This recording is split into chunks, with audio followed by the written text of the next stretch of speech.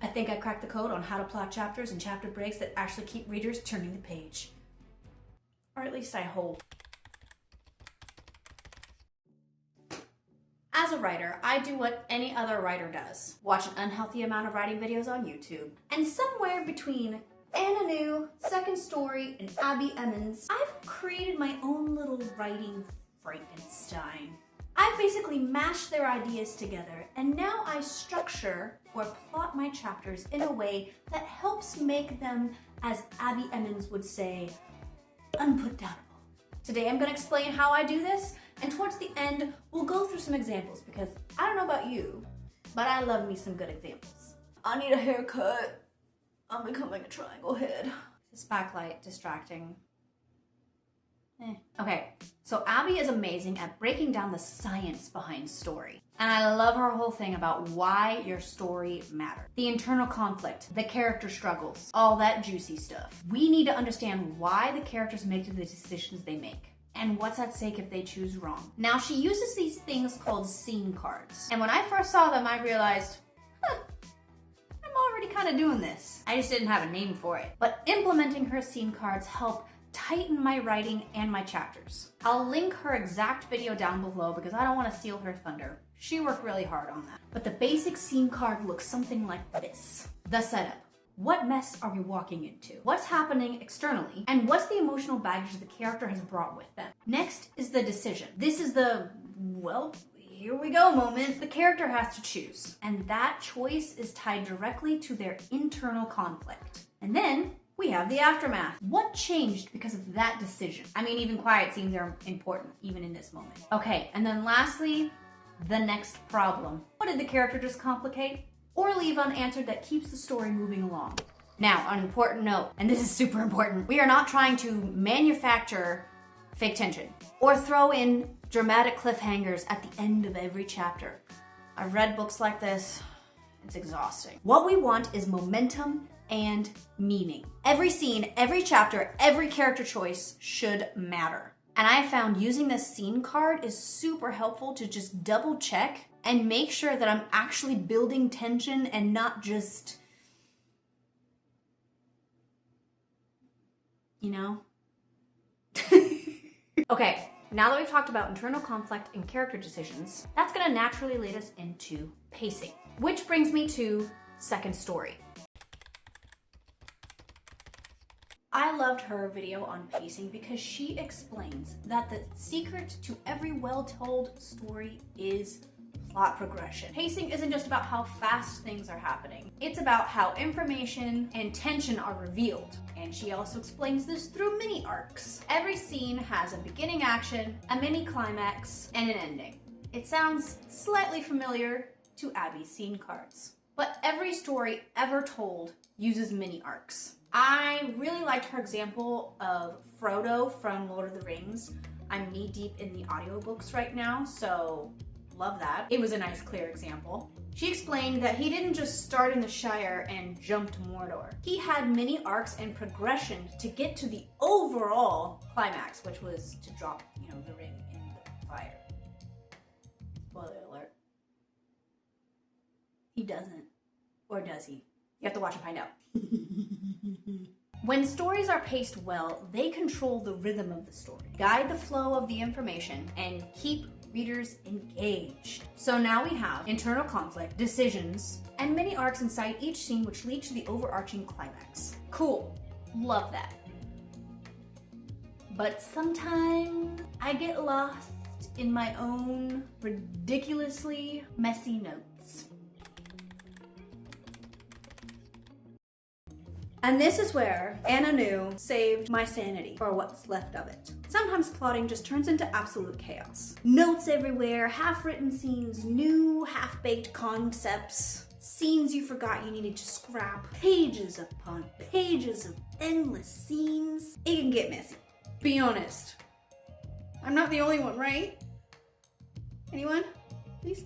Sometimes I am so deep inside my story that I can't zoom out and see it clearly. Everything is just kind of muddled and murky and just bleh. Her plot outline technique really helped me take a step back and look at my story from a bird's eye view and actually be able to plot succinctly. It's a good word. My heater is so loud. Sorry. So here's how I mash everything together. For each scene or chapter, I usually ask myself the setup, the decision, the aftermath, the next problem. This tends to happen kind of naturally when I'm writing, but again, it's always nice just to make sure that it is all tightened. It's not tightening. Then, this is my favorite part. I open the next chapter with this mindset. Because this happened in the previous chapter, my character does that. That's it. It's that simple.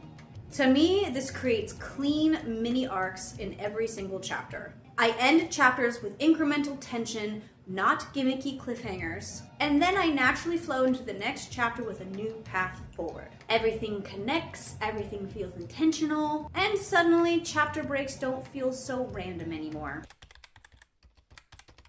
Okay, let's do 2 examples. And real quick, a disclaimer before we start. These are very half-baked story ideas. Like the kind of ideas that you jot down in a document at 2 a.m. and then never look at them again. These are incomplete thoughts. I have a file with about 40 of these. Random concepts, scenes, mini synopsises, all sparked by something that inspired me in that moment. I generally don't think that any of these are ever going to see the light of day, but today we're going to lovingly draw 2 of them into the spotlight today. Disclaimer part 2. I really wish that I could screen share with you, but I don't think my computer has the capacity to do so.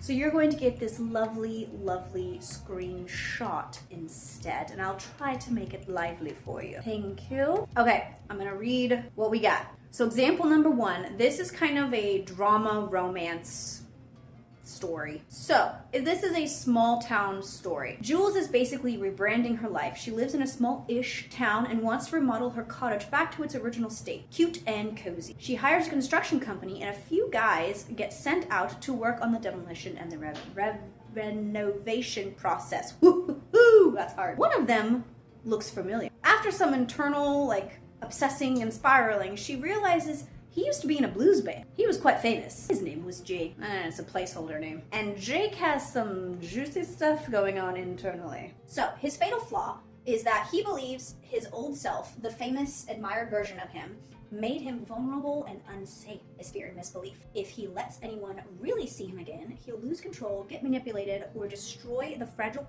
piece that he has recently built. The lie that he believes. Connection costs too much. The desire to live quietly, anonymously, in a little emotional bubble where no one expects anything from him. The truth he'll eventually learn, that healing doesn't require disappearing. Okay, so now let's zoom in to one of the chapters. I don't know, I just made up a chapter, so we're just gonna say chapter 7. All right, so the setup. Jake's working on the renovations. It's a normal day. Jules offers him some lemonade with some of the other guys. It's nothing loaded, nothing flirty, just being a nice human being. She asks about the renovation work. It's casual, normal conversation. Now we're at the decision point. At the end of this day, Jake is about to leave. He can either just go home, like he always does, or he can do something small but risky. He asks if, she wants to grab a burger. Maybe later on they were talking about burgers and they both like the same type of toppings or something. So that maybe that spurred on this idea to ask her to go get a burger. I don't know. They made a connection. But it's not a date, it's not emotional, it's just walking and food. The aftermath. They walk and eat, and the lack of pressure completely disarms him. Jules notices how cautious he is and finds it endearing. It's not weak. Jake feels something unfamiliar. Ease. There's no manipulation, no expectations, and this is important, nothing bad happens. He goes home unsettled. Not because it went wrong, but because it went right. So this would be the next problem. This is the end of the chapter. He's unable to sleep. It's now 2 o'clock in the morning, and while opening up a can of beer and leaning against the counter, he questions whether he can keep his quiet life and still let one person stand beside him in it. And he also questions, what happens if this peace isn't permanent? Chapter 8. Because that uncomfortable isolation and emotional bubble that he was in is cracking, and it scares him, Jake decides to pull back. He becomes distant and tells his boss the next morning he's no longer wanting to work on Jules's renovations. Dun, dun, dun. Okay, so to kind of hone in on this type of thinking, let's move on to the next example. This is an epic tale, Roman times-ish. Different genre, but same kind of structure. We have a reckless young man who drinks too much, talks too much, and embarrasses his family one too many times. His father finally has had enough and forces him into military service. Their last conversation ends with his father telling him that he talks too much and that he is no longer his son. As the story unfolds, silence becomes his shield. Loyalty becomes his survival tactic. He rises through the ranks, building a reputation as a fearsome, quiet leader. This was inspired from watching, what's his name in that movie? Troy? It's Brad Pitt's character. Achilles. There it is. Achilles. And then he kind of has the energy of Uhtred from The Last Kingdom. I think you get it. Hopefully you do. If you don't, I'm sorry. Everything changes when war puts his estranged father in front of him as a prisoner. His fatal flaw. He wasn't rejected as a son. He was declared dead as a person. Fear and misbelief. His worth only exists when he's useful, obedient, or silent. The lie that he believes. His voice is a liability. Erasing his old self is the only way to survive. The truth that he is going to come to believe is that silence kept him alive, but it can't heal him. Forgiveness isn't just for his father, it's for himself. And I really liked this idea of like a wild and reckless and drinking all the time, drunker man who's just partying a lot and just, like I said, embarrassing his family, talking too much, all this kind of stuff. And then a huge character shift where he's very silent and he speaks one word, but he's a commander of an army, like commander or whatever the term is, very stoic, but yet loyal, so loyal to his men, and his men love him, but he hardly ever talks. I just like that dynamic. So we're gonna zero in on one of the chapters again.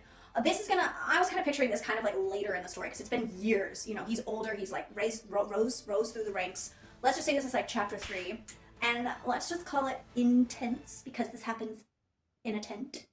So the setup, his name is Ronan. You didn't know that yet, but now you do. His name is Ronan, and he is now a hardened military leader, respected, feared, revered, and uses sparse words. After a battle, prisoners are brought in. Ronan immediately recognizes one of the hostages, his father. For the first time, he breaks protocol and orders a prisoner brought privately to his tent. The decision point. His father praises himself for sending Ronan into service and claims responsibility for the man Ronan has become. He assumes this means his salvation. Ronan can either save his father, reclaiming the identity that was taken from him, or treat his father exactly as he was treated. The aftermath. Ronan chooses restraint, not rage. He lets his father babble and talk, and kind of like a little bit of a reverse. And this is the part that was like so in my brain that I loved about this scene. Fake enthusiasm and love it too. But his father says, "I'm your father." And Ronan replies, "I see a man before me, nothing more." I just love that. Oh. His father insists, practically begs for mercy. Ronan ends with, "You have no son, remember?" Next, Ronan orders him returned to the prisoners. There's no execution, no mercy, no reunion. His father is stunned. Ronan is left staring straight at an old wound he thought had healed. The next problem. While brushing his horse down for the evening, he wrestles with this question. Can forgiveness exist without reconciliation? And what happens when a man who has lived as dead decides to actually live? It's chapter 24. Because Ronan chose restraint instead of forgiveness, he's more hardened. He lies in bed, having a sleepless night. While lying together in bed, the woman he loves urges him to forgive. He sat up and swung his feet over the side of the bed and said, he cannot raise his son from the dead. Even the gods can't do that. Okay. So there are my examples. Do you see how I kind of lay it all out? Obviously, this is not super duper fleshed and nitty gritty because these are half-baked ideas. I just kind of did an overview, but this just helps so much when I'm outlining my stories. My outlines can be a little bit messier than this, but still I have that bird's eye view and it's so helpful. Did this help? Maybe a little? Well, I know the one person it helped. Me. Stand beside him in it. Let's read that again. My neighbors are opening their front door and it's really creepy. Gotta get all cozy cause it's 10 degrees outside. I loved her video on and many arcs inside each scene which lead to the overarching climax. Stuttering much? Every scene, every chapter